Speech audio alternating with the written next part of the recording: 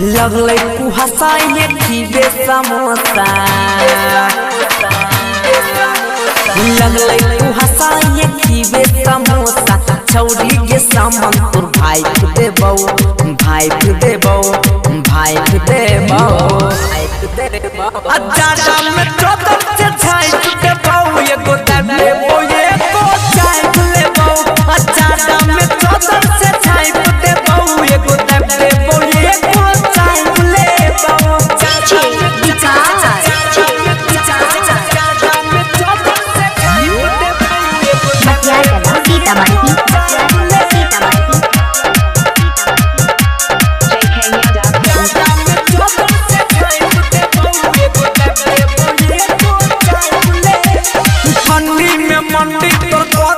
गर्मी में खैलियो नहीं तो है के आलू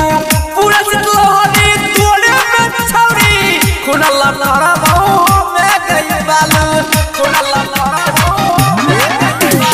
ठंडी में मंडी तो खोदे चालू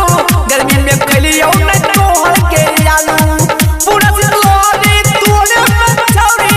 खुला लड़ा बहु में गई बालू ठंडा में अंडा तोड़ा समझ के ठंडा में तोड़ा अंडा समझ के छौरी के हो में चाय देबौ अजादा में चोदर से चाय देबौ एगो देबौ एगो चाय लेबौ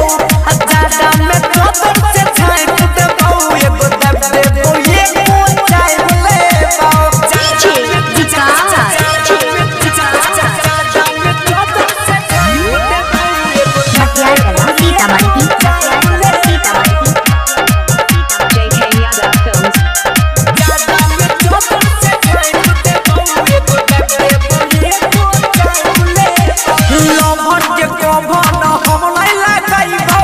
ठंडी बटोर डाटा जाई बनैबौ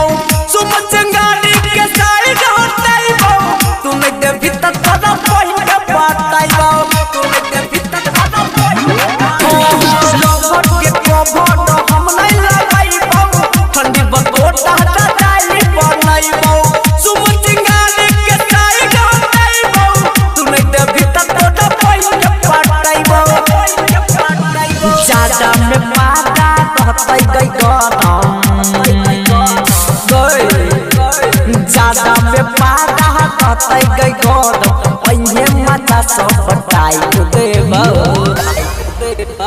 ज्यादा में चोदर से छाई देबौ एगो टाइप लेबौ एगो चाय लेबौ ज्यादा में चोदर से छाई देबौ एगो टाइप लेबौ एगो चाय लेबौ jkyadav films